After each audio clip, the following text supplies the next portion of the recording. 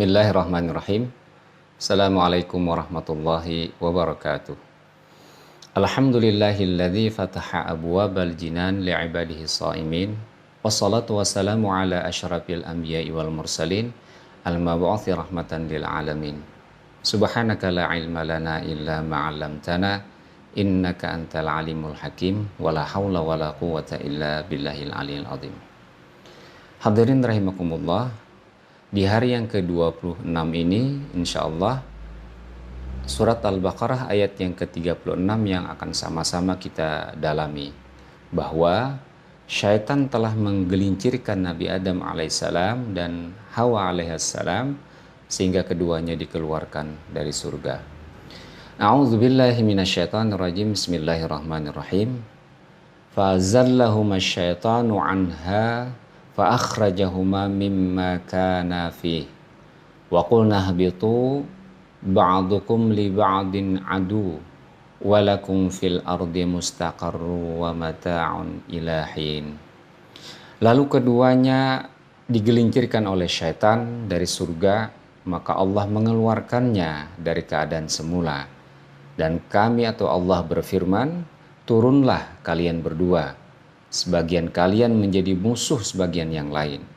Dan bagi kalian ada tempat kediaman di bumi dan kesenangan hidup sampai waktu yang ditentukan.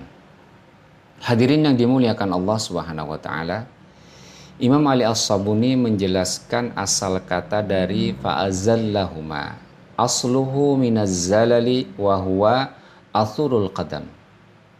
Hal itu berasal dari kata az-zalal yang artinya adalah kaki yang tergelincir.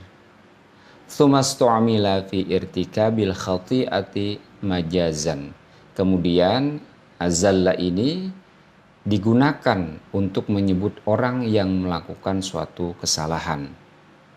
Fa'azallahuma syaitanu anha, maka syaitan menggelincirkan keduanya, artinya auqa'ahuma fiz zalali bisababiha wa awwahuma bil akli minha. Artinya syaitan menjatuhkan mereka berdua, Adam alaihissalam dengan Siti Hawa, kemudian terperosok, tergoda, kemudian mendekati pohon lalu memakan buah yang dilarang Allah Subhanahu wa taala. Saudaraku yang dirahmati Allah, Imam Al-Qurtubi menjelaskan, walaysa lisyaitani qudratun ala zawali ahadin min makanin ila makanin. Syaitan itu sesungguhnya tidak memiliki kemampuan untuk memindahkan seseorang, menggeser orang dari suatu tempat ke tempat yang lainnya. Innama qudratuhu ala idkhali fiz zalal. Akan tetapi kemampuannya hanyalah untuk memasukkan dalam diri seseorang tersebut yang menjadikan dia terperosok az-zalal atau kesalahan dan kemudian maksiat, berbuat dosa. Fayakunu dzalika sababan ila zawalihi min makanin ila makanin yudnibuhu. Maka itulah yang menjadi sebab seseorang berpindah dari suatu tempat ke tempat yang lainnya disebabkan karena dosa yang ia lakukan. Saudaraku yang dirahmati Allah Subhanahu wa taala, qauluhu ta'ala fa akhrajahuma mimma kana fi. Maka keduanya, yakni Allah mengeluarkan keduanya dari keadaan semula, yaitu surga dengan segala kenikmatannya. Imam Al-Qurtubi menjelaskan kalimat ini adalah fa akhrajahuma ta'kidun wa bayanun lizawal. Ini merupakan sebuah takkid, sebuah penegasan dan bayan atau penjelasan terkait dengan perpindahan Nabi Adam alaihissalam dan Siti Hawa dari surga kemudian ke bumi. Imam Ibnu Katsir memberikan penjelasan atas kalimat fa akhrajahuma mimma kana fi, maka aku, kata Allah, mengeluarkan keduanya dari keadaan semula. Apa artinya keadaan semula ini? Minal libasi, dari pakaian, wal manzilil rahbi, ya, kemudian tempat tinggal yang lapang, wa rizqil hani, ya rezeki yang sangat menyenangkan, warahati, dan segala ketenangan yang ada di surga. Hadirin yang dimuliakan Allah, kemudian selanjutnya dijelaskan, idza qad yumkinu an yazula an makanin kana fihi ila makanin akhar minal jannah. Sungguh memang memungkinkan mereka berdua tersebut, Adam dan Siti Hawa, berpindah dari satu tempat ke tempat lain di surga. Walaysa kadzalik, tapi yang dimasukkan di sini adalah bukan yang demikian. Wa inna ma kana ikhrajuhuma minal jannati ilal ardi li'annahuma khuliqan minha waliyakuna adamu khalifatan fil ardi. Jadi sesungguhnya keluarnya Nabi Adam alaihissalam serta ibunda Hawa alaihissalam dari surga itu ke bumi, karena keduanya memang telah diciptakan dari bumi atau dari tanah, dan agar Adam alaihissalam menjadi khalifah di bumi. Kemudian selanjutnya Ibnu Katsir di dalam tafsirnya menjelaskan, wa 'anil Hasani wal Basri qal, dari Al-Hasan Al-Basri berkata, uhbitu Adamu bil Hindi. Ketika di bumi, Nabi Adam alaihissalam diturunkan di negeri India. Wal Hawa bi Jeddah. Ya, kemudian Hawa itu di Jeddah. Jeddah ini kan artinya nenek. Ya, jadi Jeddah itu adalah neneknya manusia. Ya, secara bahasa. Wa iblis bidistum misan. Iblis itu diturunkan di Distimisan minal Basrah alal amyalin, jadi beberapa mil dari kota Basrah. Wa uhbitat al hayatu bi asbahanan, ya, dan ya ular itu diturunkan di Asbahan, ya, yakni Afghanistan. Wallahu alam. Hadirin yang dimuliakan Allah Subhanahu wa taala, walam yaqsid iblis la'natullah alaih ikhrajahu minha. Jadi sesungguhnya iblis itu tidak bermaksud mengeluarkan Nabi Adam alaihissalam dan Siti Hawa dari surga.